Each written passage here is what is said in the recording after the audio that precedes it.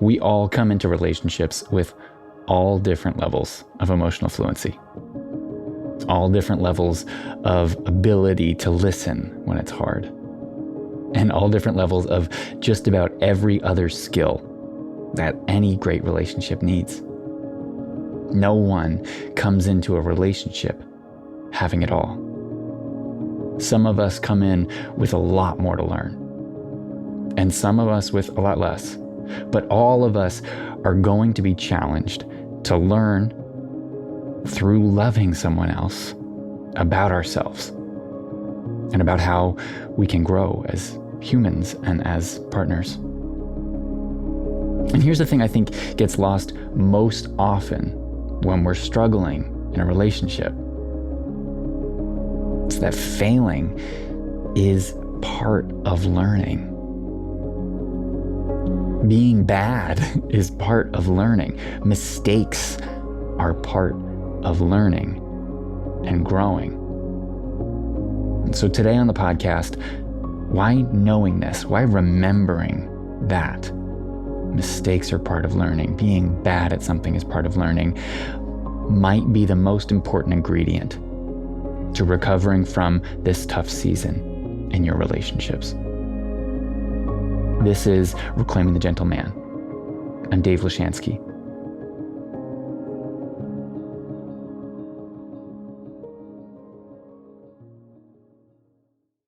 So there's a psychologist who makes content for parents to work with their children better. Her name is Becky Kennedy, and if you have kids, you might be well acquainted with her as Dr. Becky. And she's got a video that I find incredibly helpful to explain what's happening when we come into learning. Right? In the video, she's asking a class of students what resilience means, what it feels like, how resilience often feels hard and messy and not at all strong like how we like to imagine it and how we hold it in our heads. And she connects this idea of resilience to the gap between not knowing something and knowing it. Now, the main feature of bridging the gap between not knowing and knowing is frustration. The ups and downs of getting it and not quite getting it, and getting it and not quite getting it, of growing, you could say. And the point she makes that I think is so important, and the reason I'm bringing it up in this episode, is that we often tie our feelings of self-worth and our identity to being someone who knows. Or even more than that, being someone who gets to knowing really fast. But that's not really the important thing. What's really important is actually having the tolerance to be in that gap.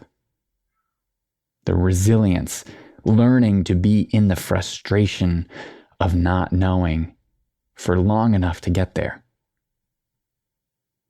And once we do, being willing to go back into that frustration between not knowing and knowing again and again and again. That's the thing we can build. That's the thing that matters way more than not knowing or knowing. And the reason I'm talking about this today is because I think this feeling of frustration, this feeling that we should know something and we don't, gets hyper amplified in a relationship. And we feel like the difference between not knowing how to be a great partner, how to show up in the moment, how to be supportive, how to love, right? The difference between not knowing and knowing all of that, well, that's going to touch into parts of your identity that go way deeper and hurt way more than just the learning you do in school or at your job. When it comes to your relationships, the gaps between not knowing and knowing how to be, how to love, feels existential. It's what makes those tiny arguments blow up. It's why you might be extra sensitive around your partner in a way that might not be true for you in other relationships. It's connected to parts of us that are older and more hurt than most of us know. And that's especially true when we're just beginning to realize, oh wow, I might have some growing to do because this conflict keeps coming up, because my partner keeps telling me that something is hurting or something's not right or they need something and I don't know how to give it. That right there, being willing to be with the idea that you don't know how to give something your partner needs, something that hurts that they're not getting. If you can be in that long enough to get the lesson, long enough to be bad at it, so that eventually you can get to the point where you can give it to them. That's what I'm talking about today. So when you're in conflict with your partner, I really want you to remember this piece about resilience being so much more important than knowing. Because we all want to show up as a wonderful and loving partner who knows how to do it. We all want to receive that in return too. Not knowing how you need to respond or show up or change feels impossible if you're convinced that it means something fixed about you or your relationship or your partner, right? Not knowing will be impossible if you believe that your partner will never change or that you are fundamentally broken. Right? Your ability to be with not knowing, your ability to sit in the gap before knowing happens will be impossible if you are convinced that your partner will never change or that you are fundamentally broken or that your relationship is just doomed. All of those thoughts are powerful strategies to avoid the discomfort of not knowing, to prevent your resilience, so that you won't be able to hear what your partner's saying and needing, right? It'll stop you from expressing the hard things that you think they won't be able to understand.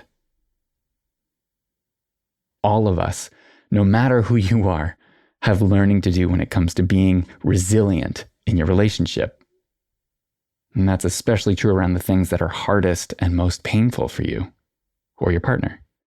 And the thing I want you to take from today's episode is this: your ability to be resilient, to focus on listening, either to that voice inside of you that you've been ignoring or your partner when they're talking about their pain or their hurt or their needs. Your ability to listen in those moments, to speak honestly in those moments, means everything. The truth is that the best relationships are not the ones where no one ever gets hurt and you never experience conflict.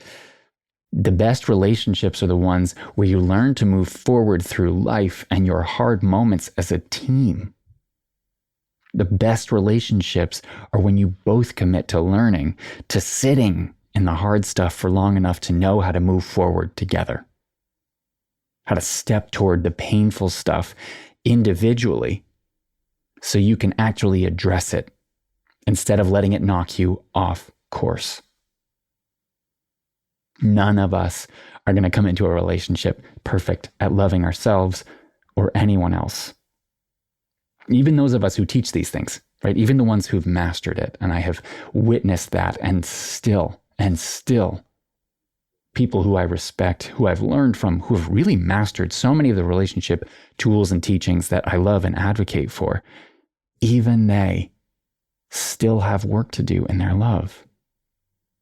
And that's really the difference, is that though they've spent so much time working in it, working on themselves, working with their partner, still having the humility, having the resilience to be in that space between not knowing and knowing is everything.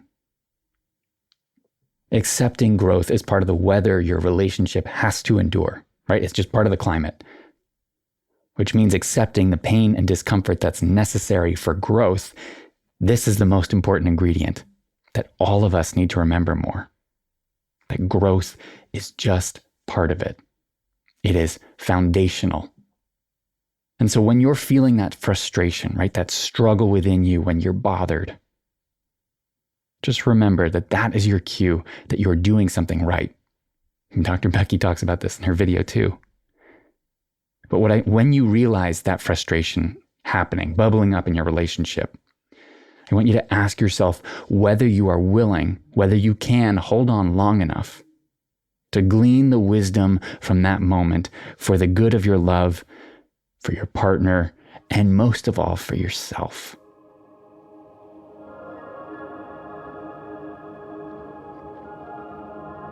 Thank you for listening to this episode of Reclaiming the Gentleman. I wanted to let you know that I'm opening up new coaching slots this summer for women who are struggling in their relationships. Because most women have a very hard time working with their man through his development and relationship. Obviously, men have the same, but I think for women who usually have a lot more emotional fluency, being with a partner who is just learning that or realizing he needs to learn that can be really difficult. And working on building your resilience as a woman holds amazing gifts for you if you are seeking the one or if you are really committed to someone in your life and struggling. So, whether the long-term relationship you're in is feeling like it's asking too much of you, or the right person hasn't come into your life yet, and you want to be ready to learn when they are. For all the work I do with men, I've always had an equal number of female clients.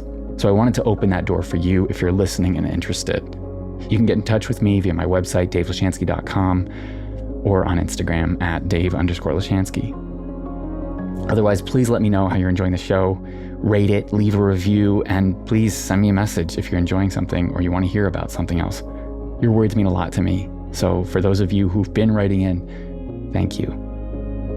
Wishing you a beautiful day or night, wherever this finds you. I'll be back in a week.